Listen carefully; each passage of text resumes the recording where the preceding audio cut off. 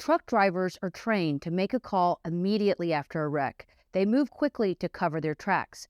That's because trucks have specialized equipment like dash cameras, ECM black box, that tells us their speed, steering, and takes photos.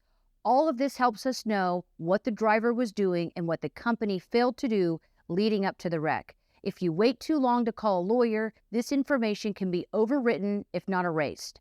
Drones, experts, inspections are all tools we use to make sure big companies do not cover their tracks the moment we're on the case. When big trucks get in a wreck, they call their attorney right away. Make sure you do the same.